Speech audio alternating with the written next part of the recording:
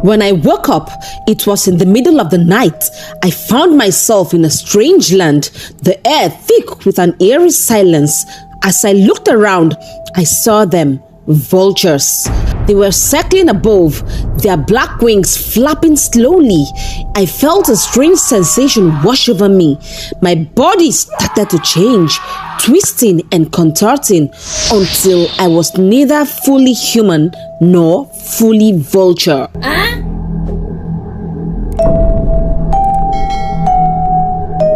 My name is Ume. I grew up in a small village called Uri, surrounded by thick forest and tall palm trees. Life was simple, but it wasn't easy. I want to share my story with you, but I must warn you, it is a heartbreaking tale. You see, I lost everything I hold dear.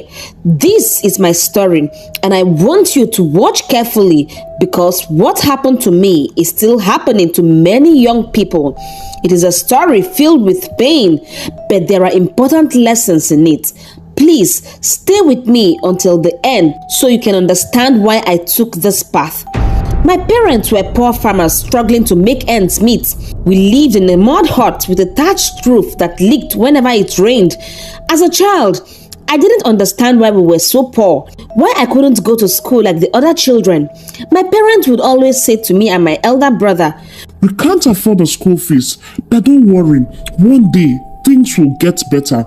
I spent my days helping my father on the farm, tilling the land and planting cassava and yams. My mother would sell the produce at the village market, but the money she made was never enough. I watched as my friends wore uniforms and carried books to school while I was left behind. It hurt, but I had no choice. I had to work to help my family. One day, everything changed. Mazi Uba, a wealthy businessman from the city of Osha, came to our village. He was looking for young boys to serve him in the city as swa boys.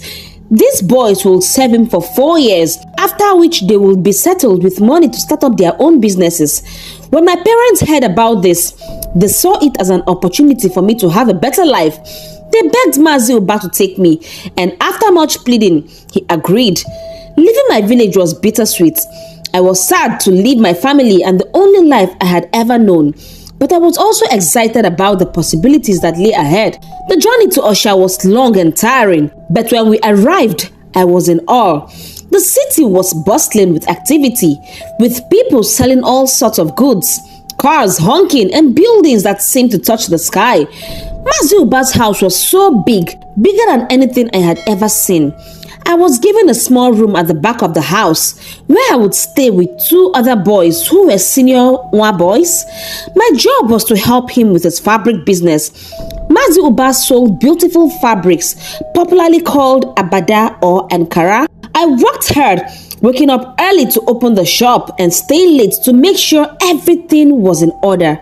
Mazi Uba was strict but fair. He taught me everything I needed to know about the business, and I quickly became good at it. 4 years passed, and true to his word, Mazi Uba settled me. He gave me enough money to start up my own fabric business, and I was overjoyed. I found a small shop in Osha main market and began selling abada just like Mazi Uba had taught me. Business was good, and within a year, I had opened a second shop. I was making good money and was able to send some of it back to my parents in the village. Life was finally looking good. It was during this time that I met Nneka, the love of my life. She was beautiful, with a smile that could light up the darkest room. We got married in a lavish wedding that everyone in the village talked about for months. I was the happiest man alive, and soon after, Nneka became pregnant with our twins. But just when everything seemed perfect, tragedy struck. One day, there was a terrible fire in Osha main market. It spread quickly, consuming everything in its path. Both my shops were gone, burnt to ashes. I stood there staring at the ruins, unable to believe what had happened. My entire life's work had been destroyed in an instant. As if that wasn't enough, Nneka was heavily pregnant at the time, and we had no money to prepare for the baby's arrival. I tried to rebuild, to pick up the pieces, but it was no use. A year passed, and I was still struggling to get back on my feet. Our twins were born during this time, and while they brought us joy, They also brought more responsibilities that I couldn't afford. My parents, who had once been so proud of me, now looked at me with disappointment. They had always relied on me to support them, but now I was worthless in their eyes. I felt like a failure. I couldn't take care of my family. I couldn't take care of my parents, and I couldn't even take care of myself. I started to feel the weight of the world pressing down on me. With no other options, I decided to move back to the village. Life in the city had become unbearable, and I thought maybe, just maybe, I could start over in the place where it all began. But even in the village, things weren't easy. The people who once respected me now whispered behind my back. They saw me as a man who had risen so high only to fall so low. One evening, as I sat at the back of my hut, lost in thought, my elder brother Okwy came to join me. We hadn't spoken much since I returned to the village. He had his own life, and I didn't want to burden him with my problems. But that evening, he broke the silence. Ume, He began, his voice low and serious. there is something I need to tell you. Something that could change your life. I looked at him, curious and a little wary. What is it, Okwy? He leaned in closer, as if he was afraid someone might overhear us. Have you ever heard of the Udele, the Vulture clan? I shook my head. No. What is that? Okwy's eyes darkened as he spoke. It's a secret cult, a group of powerful men who worship the vulture god. They believe that this god can give unimaginable wealth. Once you join, there is no going back. You will gain riches beyond your wildest dreams. I felt a chill run down my spine, but Okwy continued. To join, you must undergo a ritual, after which you will have everything you ever wanted. Money, power, influence, just name it. I stared at Okwy, unable to believe what I was hearing. Why are you telling me this, Okwy? He sighed, looking down at the ground. Because Ume, I see what you are going through. I see how you are struggling, and I don't want to see you suffer anymore. This is an opportunity, a way out. I shook my head, my heart pounding in my chest. But at what cost, Okwy? I don't want to lose myself. I don't want to lose my family. Okwy placed a hand on my shoulder. Think about it, Ume. This could be your chance to rise again, to give Nneka and your children the life they deserve. Just think about it. As he walked away, leaving me alone in the darkness, I couldn't stop the thoughts from swirling in my mind. I sat there, tormented by the decision that lay before me.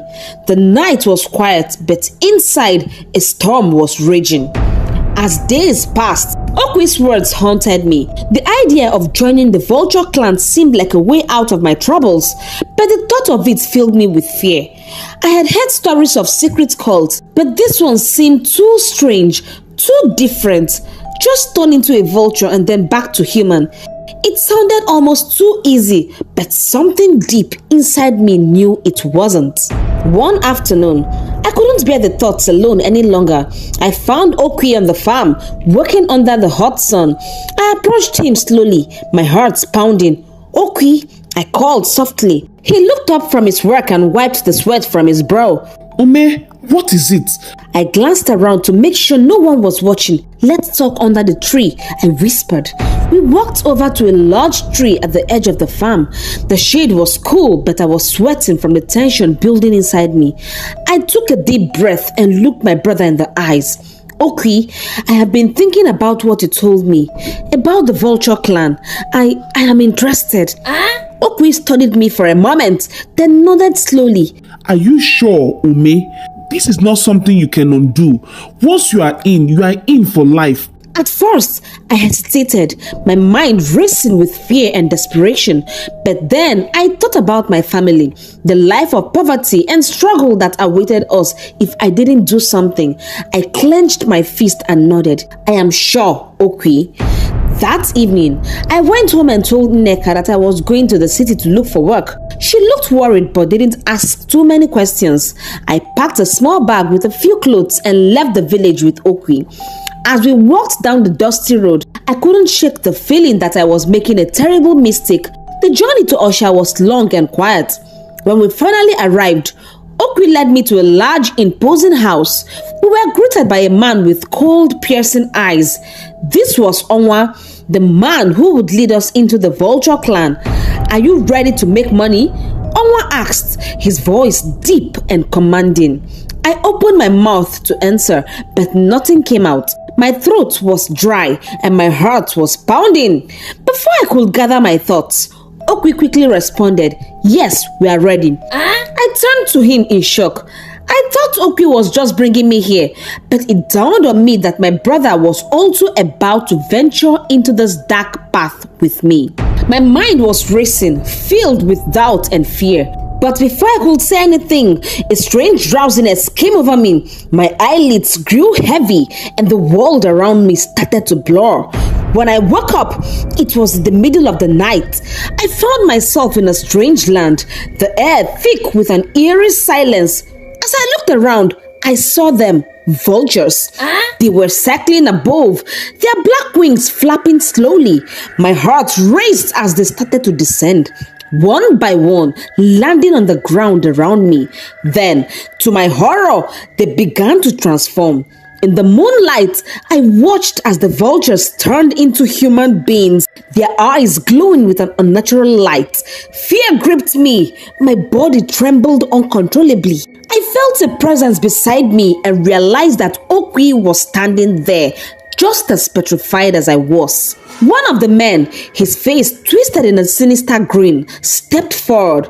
You have until daybreak to make your mind up, he said in a cold, harsh tone. Join us or die.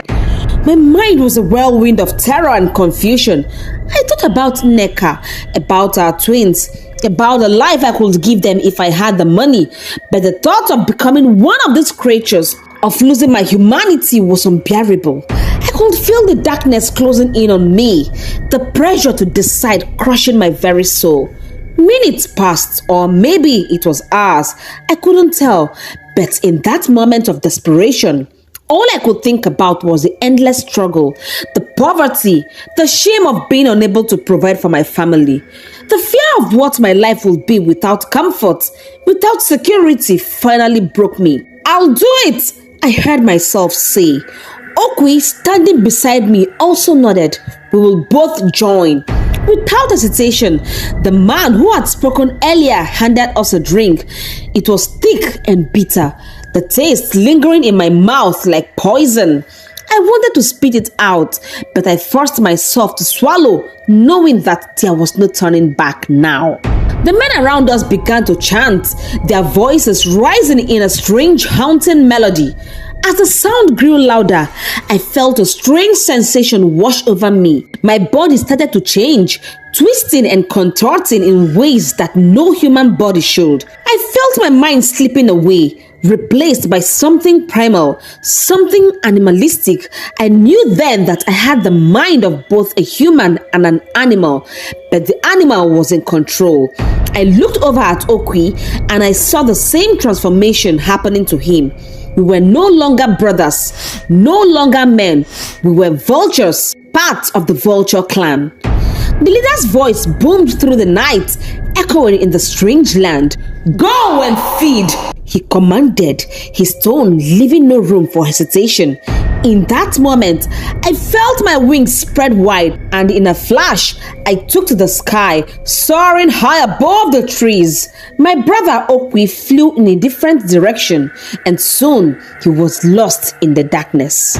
I roamed the vast eerie forest, searching for sustenance.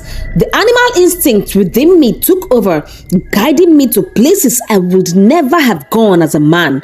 For 3 long days, I fed on whatever I could find. Rubbish, carcasses, things I would never have imagined eating. It was as if the human part of me was buried deep, unable to control the actions of the vulture I had become. On the 3rd day, as the sun began to rise, I felt a strange sensation course through my body. The feathers that had covered me started to fall away, and my body began to twist and contort back into its human form. The transformation was painful, as if every bone in my body was being reshaped. When it was over, I found myself lying in a shallow river, the cool water rushing over me. I looked around in a daze, realizing I was back in my village, Uri. The The familiar sights and sounds should have brought me comfort, but instead, I felt a deep unease. My mind was a blur, unable to remember what had happened during those 3 days. Yet, the taste of something foul lingered in my mouth. As I touched my lips, I felt something wedged between my teeth. When I pulled it out, I stared at it in horror. A small piece of flesh, rotten and foul-smelling. Shivering with fear, I scrambled out of the river and ran home, my heart pounding in my chest. When I finally reached my hut, I collapsed on the bed, my mind racing. I tried to forget what had happened, but the nausea that came in waves reminded me of the horror I had just lived through. The days that followed were a blur. I could barely eat, the thought of food making my stomach churn. I kept hearing voices in my head, the voices of those vultures telling me that I had chosen this path, that there was no turning back. But then, something strange began to happen. Big opportunities started showing up, one after the other. People I had never met before came to me with business deals that seemed too good to be true. I was offered contracts, land, and investments, all with little effort on my part. In a matter of weeks, I had more money than I had ever dreamed of. One evening, as I sat in my new house, bigger and grander than anything I could have imagined, I couldn't help but wonder aloud, is this a coincidence or something else? I had no formal education, yet here I was, wealthier than most men could ever hope to be. But even as I marveled at my newfound wealth, a nagging feeling gnawed at me. Something was wrong. Terribly wrong.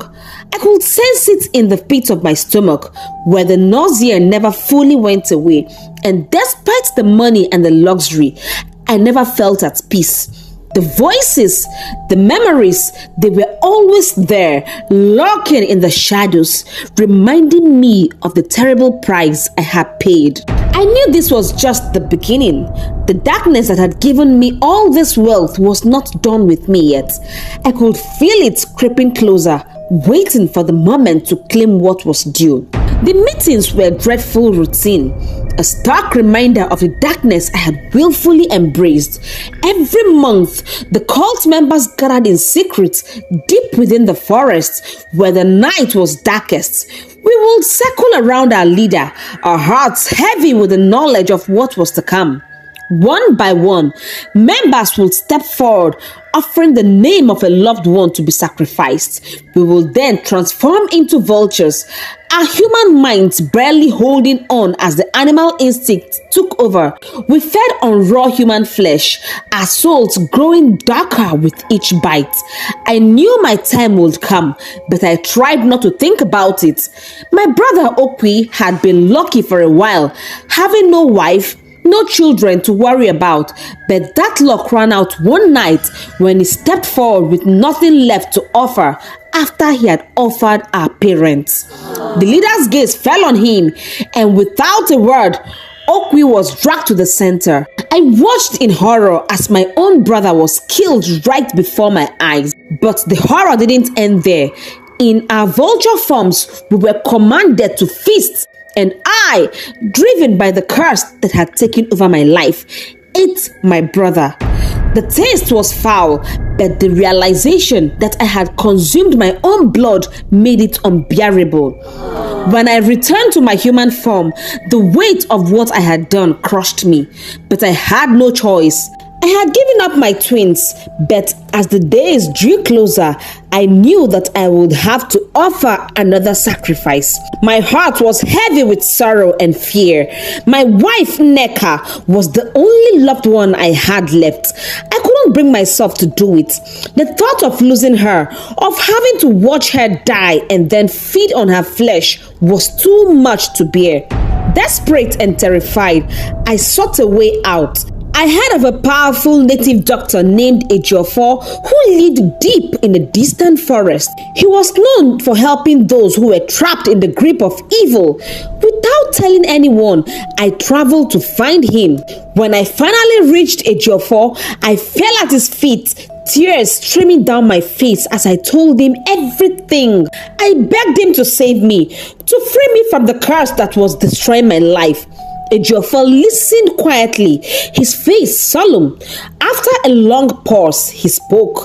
If you remain in your human form, they will find you. If you turn into a vulture, they will find you. But if you transform into a half human, half vulture, they will not recognize you and will not be able to find you. You will have to remain in a half-human form for 7 days while I travel to another land to gather the items needed for the ritual. Only then can I attempt to break the curse. With no other option, I agreed. The transformation was agonizing. My body twisted and contorted until I was neither fully human nor fully vulture. I was left in that state, half man, half beast, and Ejiofor left to gather the necessary items. But fate played a cruel trick on me. Ejiofor had not even reached his destination when he was involved in a ghastly motor accident, which claimed the lives of everyone in the vehicle. Days turned into weeks, and I remained trapped in my grotesque form. I couldn't die, and I couldn't return to the land of the living. I was cursed to wander the forest, feeding on rubbish and carcasses, unable to escape the nightmare my life had become. On the 10th day, as I roamed aimlessly through the dense forest, I saw a figure gathering herbs. As I drew closer, I realized it was a seer. She froze in terror at the sight of me, her eyes wide with fear. But I managed to speak, my voice hoarse and desperate. I told her my story, begged her to help me tell the world my story. At first, she hesitated, but something in my voice must have convinced her, and she listened. If you are hearing the story today, it is because the seer did what I begged her to do. She told my story. This story may sound like a tale from a distant land, or a fictitious story, something too terrible to be true. But it is a warning, a lesson for those who are tempted by the lure of quick wealth. Ritual killing is not just a myth, it is a horror that has become all too real. The price of wealth through rituals is not just the lives of others, but the loss of your own soul.